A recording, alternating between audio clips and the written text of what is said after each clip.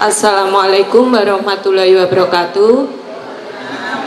Yang terhormat Bapak Kepala Sekolah SMA Negeri 2 Blitar, yang terhormat Bapak Ibu guru semua beserta staf tata usaha, dan juga teman-teman semua yang saya banggakan.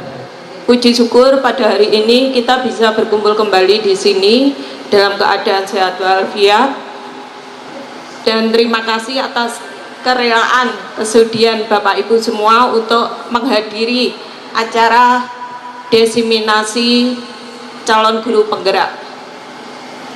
Dalam kesempatan kali ini, izinkan saya memaparkan apa yang telah kami peroleh di pendidikan guru penggerak Angkatan 8 Kota Blitar.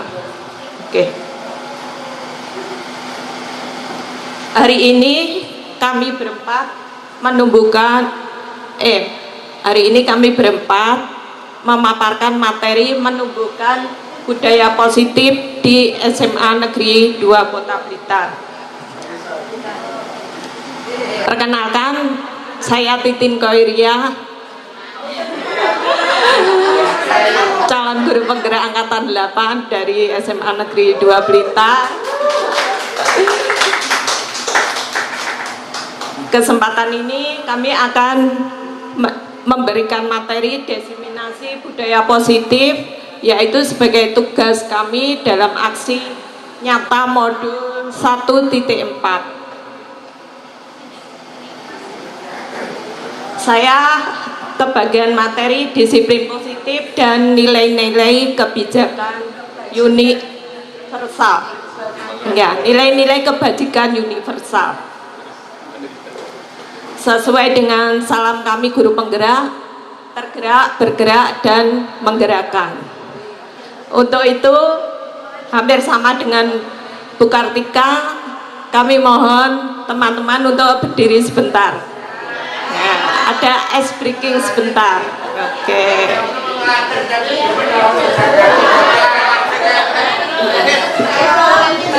Karena besok kita mau PTA, kita latihan tepuk aja dulu teman-teman.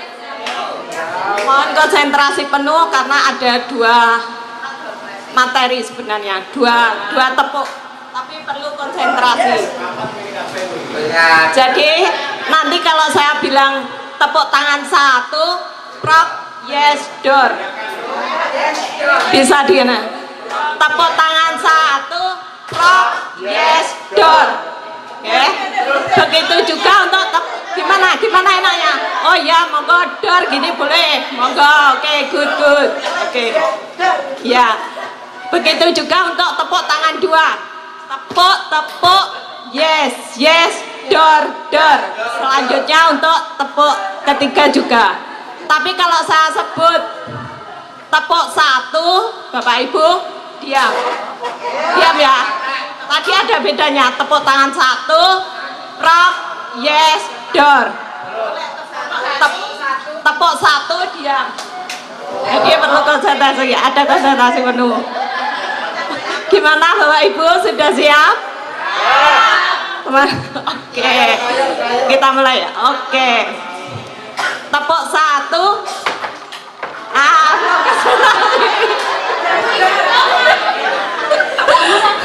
Oke, saya ulangi. Tepuk tangan 1. Yes, go. Tepuk tangan 2. Yes, go. Tepuk 1.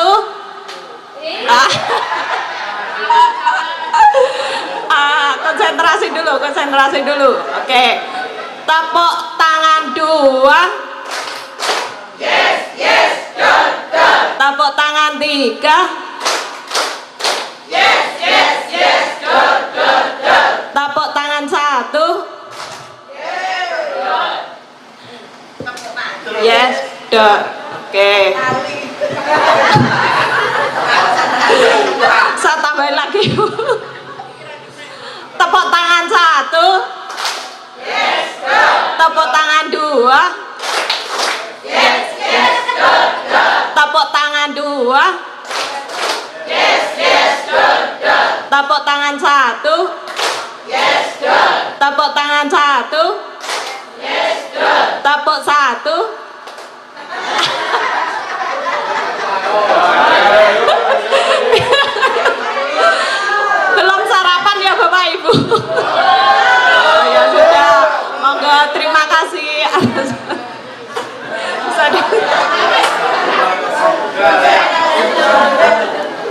Oke. Oke. Bapak Ibu,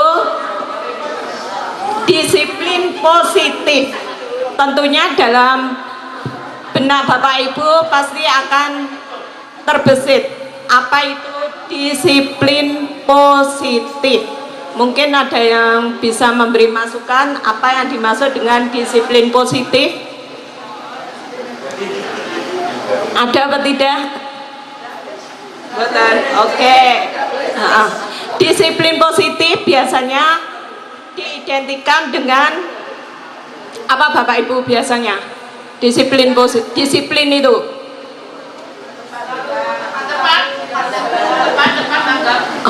ya, tepat, cepat, tanggap, bisa. Kemudian kalau nilai-nilai kebijakan, kebajikan, nilai-nilai yang baik. Oke, terima kasih Bu Kartika. Oke. Capaian belajar yang ingin kami sampaikan dalam materi ini yaitu teori kontrol dan makna dari disiplin positif itu sendiri, kemudian nilai-nilai kebajikan universal. Hati-hati. Sehingga jika kita menerapkan disiplin positif dan nilai-nilai kebajikan yang akan diyakini dan disepakati seluruh warga sekolah, maka akan tercipta sebuah budaya positif. Jadi budaya positif itu perlu kerjasama kolaborasi dari seluruh warga sekolah. Nah, sebelum ke disiplin positif, tentunya ada perubahan paradigma baru Bapak Ibu setelah kami mengikuti pendidikan guru penggerak. Kalau dulu terus terang saya sendiri itu mengajar menggunakan metode center guru. Jadi hanya menerangkan, memberi tugas, diskusi dan sebagainya.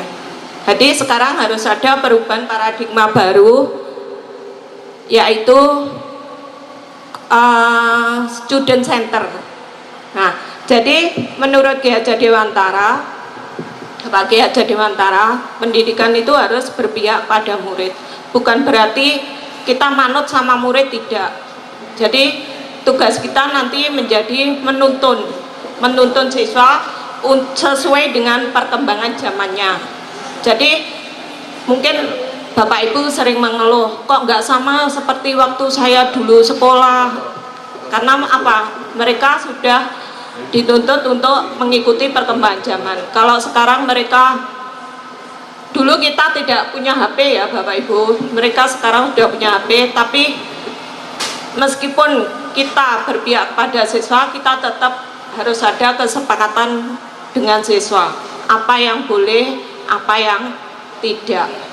Jadi tetap ada pembatasan, ya, tentunya dengan kesepakatan dengan siswa. Ada kegiatan pemantik. Mohon maaf Bapak Ibu, silakan berpasangan dengan teman terdekatnya. Oke.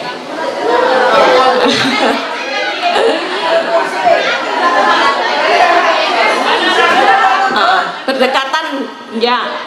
Yang salah satu sebagai A itu tugasnya menggenggam tangan kanannya. Ya, enggak, tangan kanan menggenggam tangan, mengepal. Ya. Yang kedua, yang sebelah kiri mengepal tangan kanan, yang sebelah kanan panjenengan itu berusaha membuka. Bisa dipahami? Ya. Yang sebelah timur menggenggam tangan kanan, yang sebelah barat sebagai B yaitu berusaha membuka tangan kanan, kepalan tangan kanan temennya tadi. Coba Bapak Ibu lakukan 5 detik aja, 5 detik aja. Oh enggak, 5 detik aja. Nah. 5 detik aja. Sekuat tenaga Bapak Ibu mengepal. Ya. Dah? Bisa? Ini.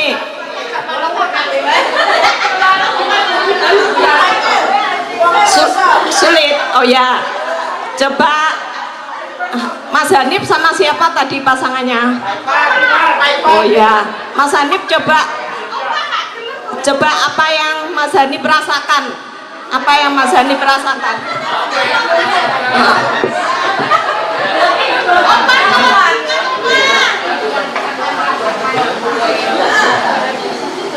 Oh, yang Mas Hanif rasakan apa? Coba Mas Hanif sebagai apa tadi? Yang mengepal apa yang membuka? Oh ya, apa yang dirasakan Mas Hanif?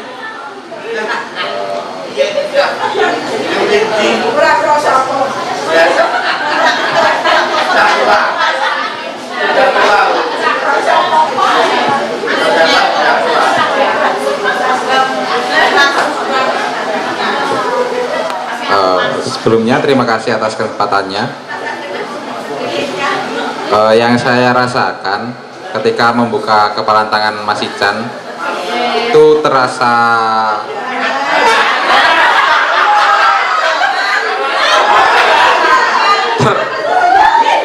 berat. Soalnya seperti beliau mempertahankan sesuatu. Iya, betul. Untuk teman yang lain yang sebagai penggenggam, oh ya, monggo Bu Prakti.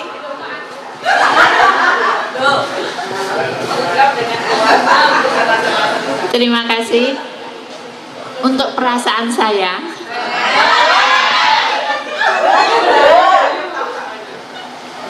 Untuk perasaan saya mempertahankan supaya tidak bisa dibuka teman saya.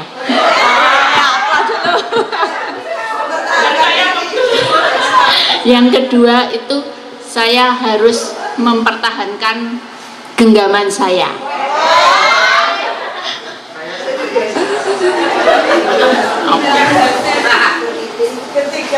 Yang ketiga, saya tetap kokoh pada pendirian saya. Terima kasih. Terima kasih Bu Prakti atas ungkapan perasaannya. Untuk teman yang lain, apakah sama dengan ungkapan yang disampaikan oleh Bu Prakti? Sama ya. Dari permainan tersebut,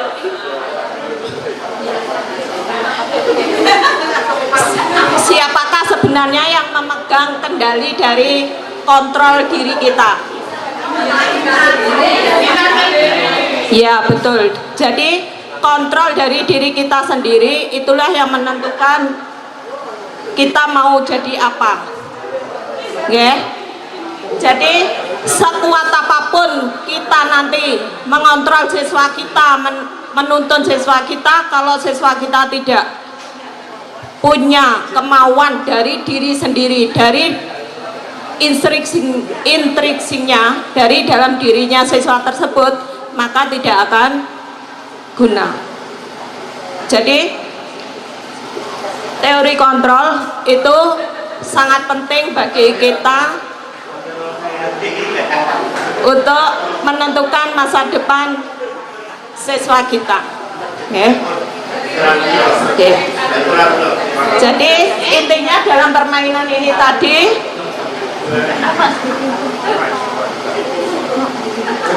ya. Jadi tadi kan saling mempertahankan.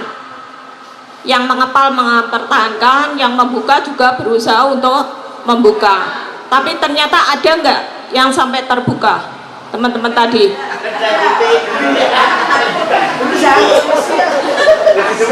Ya, kalau untuk ya Pak.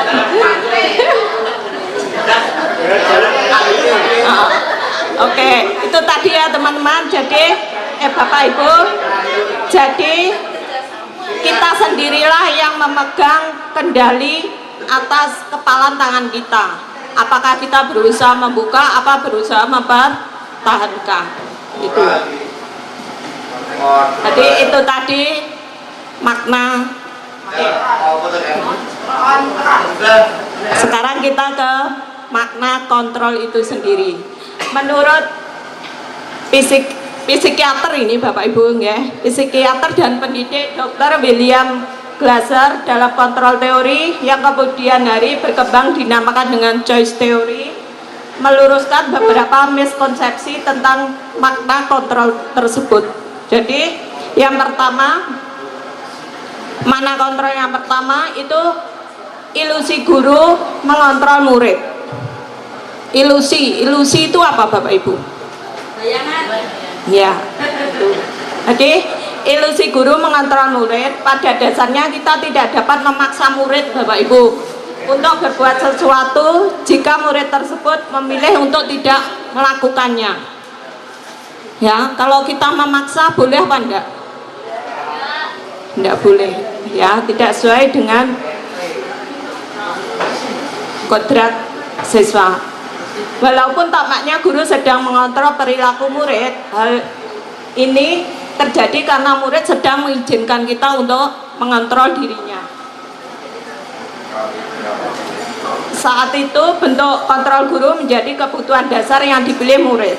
Jadi pada saat misalnya siswa ada masalah apa-apa, mereka membutuhkan kontrol kita. Atau meskipun mereka tidak punya masalah, kita tetap punya hak untuk mengontrol. Cuma prosentase kontrolnya itu disesuaikan dengan keadaan siswa tersebut.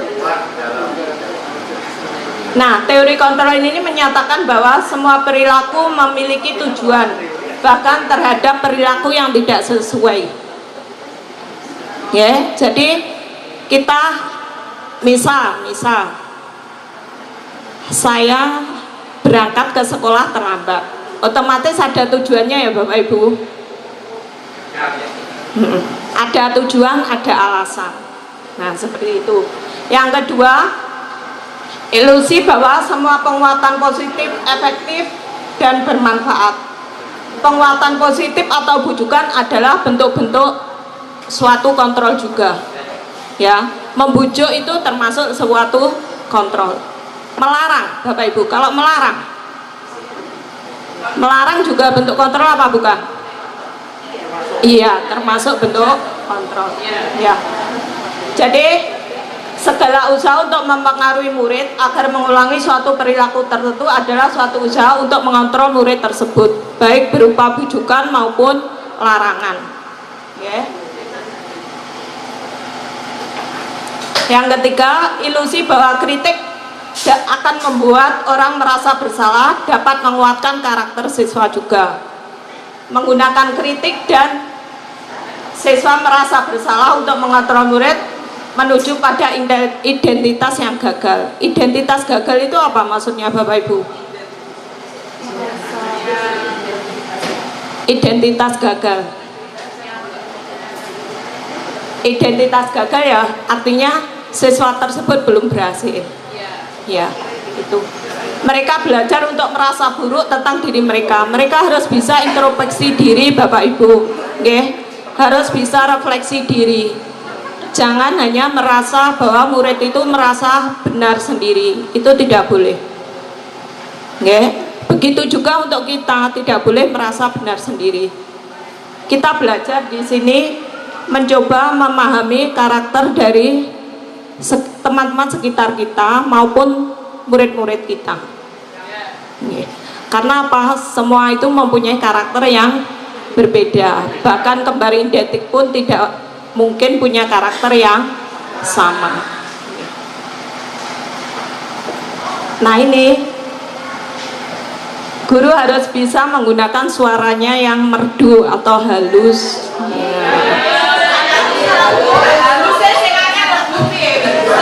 Harus belajar Bu, saya juga belajar. Ini tadi termasuk agak halus saya.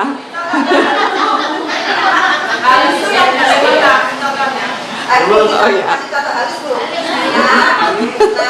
Mungkin teman-teman ada ada yang bisa memberi contoh bagaimana kalimat halus? Halus bukan berarti suaranya yang lembut ya. Suaranya berarti apa? Intonasi atau isinya? Bahasa katanya. Ya, bisa bahasa kata, bisa pada tempatnya juga, Ibu. Jadi kadang dalam hal ini, misal saya pernah menegur siswa itu, kadang saya lupa tidak tahu tempat karena saking jengkelnya sama anak itu, ya. Nah, itu sebenarnya tidak boleh, ya.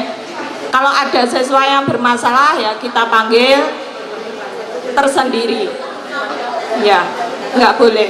Itu namanya bisa termasuk membuli siswa, pembulian, ya. Itu ya Bu Eko.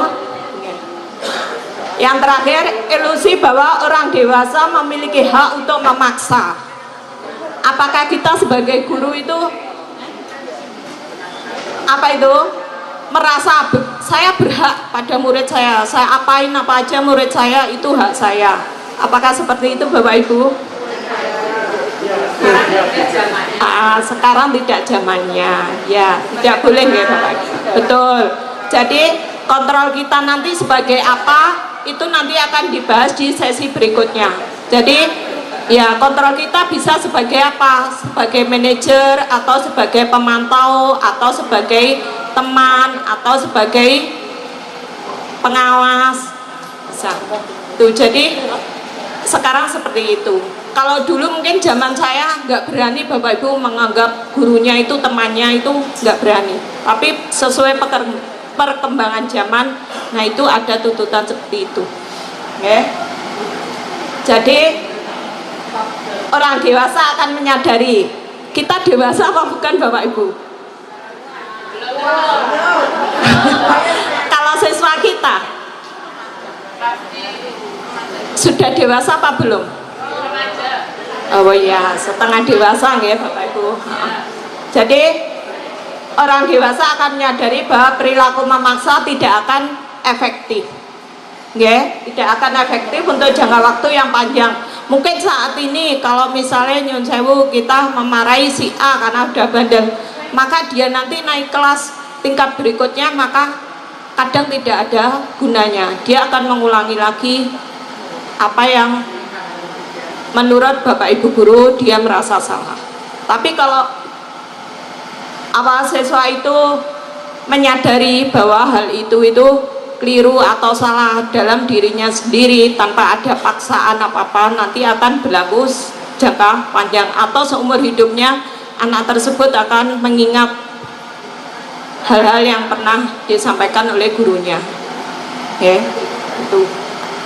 Dan jangan sampai kita memaksa siswa yang bisa menjadi permusuhan. Jangan sampai kita siswa tersebut lulus, anaknya itu merasa, oh ini loh guru yang paling, kalau paling dicintai nggak masalah, tapi yang paling mana Bapak Ibu? Nah itu, apakah kita dulu sebagai siswa kemudian sekarang jadi guru pernah ada guru kita seperti itu? Ya itu, jadi kita usahakan tidak memaksa secara efektif. Itu tadi beberapa makna kontrol dari Dr. William Glasser, Bapak Ibu. Untuk selanjutnya, paradigma stimulus atau respon yang tujuannya untuk pendekatan teori kontrol. Itu berarti dari beberapa teori tadi, kemudian dari permainan kita mengepal sama membuka tadi, berarti kontrol itu bermula dari siapa Bapak Ibu? Diri sendiri. Kemudian baru kita menerapkan atau menuntun orang lain. Sudahkah kita merasa mempunyai kontrol diri Bapak Ibu? Ya, belajar.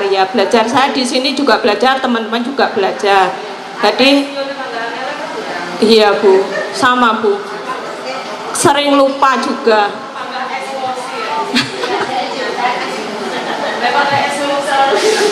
Ya, jadi kita harus bisa kontrol diri. Itu mulai dari diri sendiri. Oke. Ini ada beberapa stimulus respon sama teori kontrol. Jadi orang lain, ini ada beberapa ya Bapak Ibu, semua orang melihat hal yang sama, tapi setiap orang memiliki gambaran yang berbeda. Itu bedanya stimulus sama teori kontrol. Orang lain bisa mengontrol saya, tapi hanya Anda yang bisa mengontrol diri Anda sendiri. Orang lain tidak bisa memaksa kita kalau diri kita tidak mau berubah. Nah, ini beberapa contoh stimulus sama teori kontrol itu. Nah, setelah mengetahui makna dari beberapa teori kontrol, maka akan kita bahas disiplin positif. Bapak Ibu, ada pertanyaan. Untuk nomor 1, apakah penerapan disiplin di sekolah kita sudah efektif? Apakah sudah efektif? Menurut Bu Kartika bagaimana? Penerapan disiplin di sekolah kita. Oke, kalau terima kasih atas waktunya. Kalau menurut saya sebenarnya untuk peraturannya itu sudah sangat baik, tapi ada sebagian siswa yang sudah menerapkannya dengan baik dan ada sebagian yang belum, maka perlu ditingkatkan kembali. Terima kasih Bu Kartika. Mungkin ada teman yang lain, apakah penerapan disiplin di sekolah kita sudah efektif? Pak Yusuf mungkin bisa menambahkan. Gimana? Terima kasih atas waktunya. Ini perlu kita tanyakan kepada diri kita masing-masing menurut saya. Jadi kedisiplinan itu harus dimulai dari diri sendiri. Kita sudah sesuai dengan porsi yang ada atau belum, seperti itu. Ya, terima kasih Pak Yusuf. Mungkin ada teman yang lain? Mulai dari kebiasaan. Betul Bu Eko. Jadi penerapan disiplin di sekolah kita menurut saya itu sudah efektif. Namun ada beberapa yang belum melaksanakan. Termasuk saya kadang sering terlambat. Ya, karena kadang ada gangguan kesehatan. Oke. Cuacanya dingin Bapak Ibu. Jadi jam ke belakangnya kadang tidak bisa ditunda. Ya, itu. Nah, itu tadi beberapa penerapan disiplin di sekolah kita. Kemudian apa arti disiplin itu sendiri Bapak Ibu?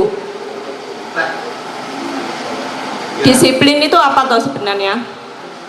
Nilai apa ya? Ketaatan dan kepatuhan terhadap nilai yang sudah disepakati. Ya betul Bu Is, kepatuhan dan ketaatan kepada peraturan yang sudah diyakini bersama. Ya. Kemudian apa kaitannya dengan nilai-nilai kebajikan? Nah, nanti kita akan bahas materi selanjutnya. Nah, makna kata disiplin di sini dimaknai menjadi sesuatu yang dilakukan seseorang pada orang lain untuk mendapatkan kepatuhan. Ya. Kita cenderung menghubungkan disiplin itu dengan ketidaknyamanan. Betul apa tidak Bapak Ibu? Ya betul. Kebanyakan menghubungkan kata disiplin itu dengan tata tertib, teratur, dan kepatuhan pada peraturan, bahkan dengan hukuman. Itu. Menurut Bapak Ibu, hukuman itu sebenarnya diperbolehkan apa tidak? Ya, itu nanti ada pembahasan tersendiri Bapak Ibu. Ya, ya. Dengan belajar disiplin positif tanpa hukuman, justru itu adalah salah satu alternatif terakhir, dan bila perlu hukuman itu tidak diperlukan lagi. Jadi hukuman itu sebaiknya tidak diberikan lagi. Adapun makna disiplin menurut Ki Hadi sejalan dengan pandangan Diana Gosen dalam bukunya Restructuring School Discipline tahun 2001, Diana menyatakan bahwa arti kata disiplin berasal dari bahasa Latin yang artinya belajar. Jadi disiplin itu artinya sebenarnya belajar, Bapak Ibu. Nggih. Jadi kita semua itu masih belajar. Disiplin juga berasal dari akar kata yang sama dengan murid atau pengikut. Untuk menjadi seorang murid atau pengikut, seseorang harus paham betul alasan mengapa mereka mengikuti suatu aliran atau ajuran tertentu, sehingga motivasi yang terbangun harus berasal dari motivasi intrinsik. Intrinsik itu dari dalam diri sendiri, bukan dari luar. Nah, saya merasa Bapak Ibu, alangkah indahnya ketika tercipta masyarakat atau lingkungan sekolah yang bisa saling belajar, saling terikat dan terhubungkan satu sama lain dengan senantiasa berusaha untuk menjadi insan yang lebih baik lagi. Apakah ada yang dari Bapak Ibu yang berdoa, nyapa aku berusaha lebih baik lagi? Apa ada Bapak Ibu? Tidak. Jadi kita semua merasa berdoa untuk bisa menjadi lebih baik dari sebelumnya. Itulah sebenarnya tujuan yang dicapai dalam disiplin diri. Sebagai pendidik, tujuan mendisiplinkan positif itu adalah menanamkan motivasi pada murid-murid kita, yaitu untuk menjadi orang yang mereka inginkan dan menghargai diri sendiri. Jadi harus menghargai diri sendiri. Tanpa menghargai diri sendiri, maka mustahil murid itu akan berhasil. Okay. Ketika murid kita memiliki motivasi tersebut, maka akan berdampak jangka panjang. Motivasi tidak akan terpengaruh pada adanya hukuman atau hadiah. Jadi kalau sudah tertanam dalam diri siswa tersebut, meskipun diancam apa diberi hadiah, maka siswa kita tidak akan terpengaruh. Ya, itu. Jadi penanaman disiplin positif itu harus berasal dari diri siswa sendiri. Itu meskipun dimarahi setiap hari, dihukum setiap kalau mereka belum sadar berarti belum mau berubah.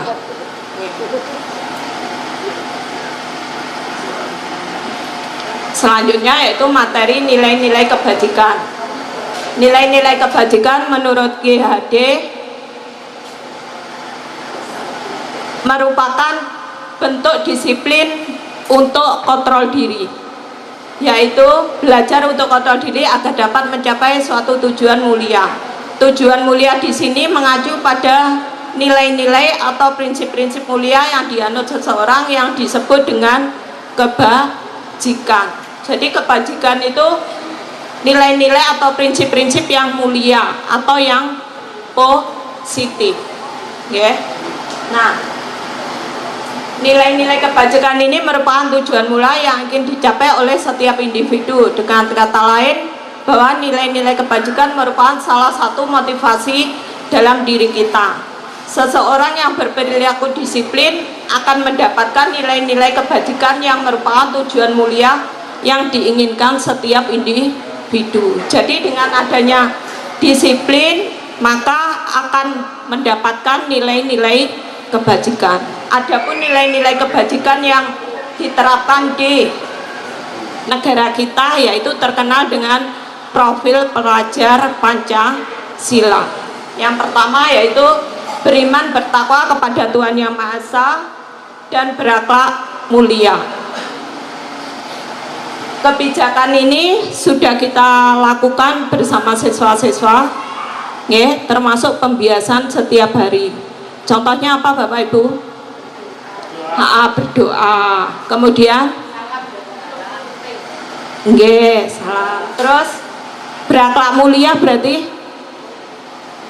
menyayangi sesama teman. Iya, menyayangi, menghargai sesama teman, seperti itu. Yang kedua, berkebinekaan global. Contohnya kita juga sudah Bapak Ibu, misalnya apa ini? Berkebinekaan global. Iya betul, menghargai suku. Iya betul, berteman tanpa membedakan ras, suku dan agama. Bergotong royong, alhamdulillah kita sudah. Biasanya udah semua sudah Bapak Ibu. Kreatif juga, murid-murid kita juga banyak yang sudah kreatif. Kita juga kreatif Bapak Ibu. Contohnya apa? Kalau Bapak Ibu kreatif contohnya apa? Menciptakan pembelajaran yang menyenangkan. Betul Bapak Ibu, jadi kita berusaha menciptakan pembelajaran yang menyenangkan. Apalagi matematika itu terkenal sebagai momok. Jadi ya, aksi nyata saya berusaha menjadikan matematika itu menyenangkan Bapak Ibu. Saya juga bingung apa ya supaya matematika itu menyenangkan. Akhirnya saya menggunakan Canva dalam pembelajaran atau menggunakan PowerPoint yang menarik, inovatif dan menarik. Namun pada saat memberikan proyek itu saya punya kendala Bapak Ibu. Anak-anak itu kesulitan dalam penulisan matematika. Jadi kemarin ada solusi, kamu nulis saja pakai warna-warni, kemudian kamu foto, kamu snip atau kamu crop. Tuh, jadi kelemahan kami sebagai guru matematika kalau menggunakan IT ya seperti itu, mereka kewalan dalam menulis matematika. Kadang nyun sewu mereka beralasan bahwa banyak tugas dari Bapak Ibu guru yang lain, jadi saya selalu mengalah, jadi kadang jarang memberi tugas proyek itu. Jadi semoga semester ini anak-anak bisa memenuhi tugas yang disepakati dengan guru-guru masing-masing. Bernalar kritis sudah ya Bapak Ibu? Sudah. Kemudian mandiri, otomatis murid-murid kita dan juga kita juga mandiri. Jadi tanpa kita sadari kita sebenarnya sudah melakukan nilai-nilai kebajikan yang sesuai dengan profil pelajar Pancasila.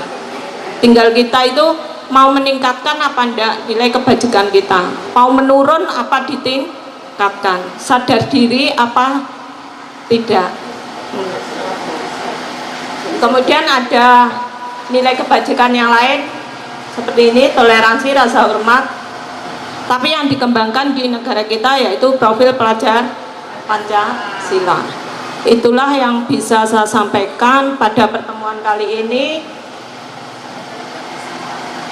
Oh ya, ada yang ketinggalan Bapak Ibu, maaf. Tujuan dari disiplin positif standar pendidikan nasional ini, ya. Jadi tujuan akhirnya dari penerapan disiplin positif, ya, agar terbentuk murid-murid yang berkarakter, berdisiplin, santun, yang tidak ketinggalan, jujur, peduli, bertanggung jawab, dan merupakan pembelajar sepanjang hayat sesuai dengan SKL yang diharapkan.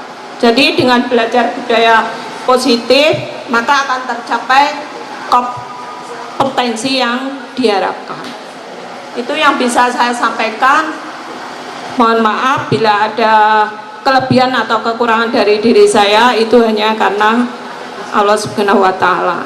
Untuk materi selanjutnya nanti dibuka materi pertanyaan, tapi setelah akhir kami berempat memberi materi. Itu demikian yang bisa saya sampaikan. Assalamualaikum warahmatullahi wabarakatuh.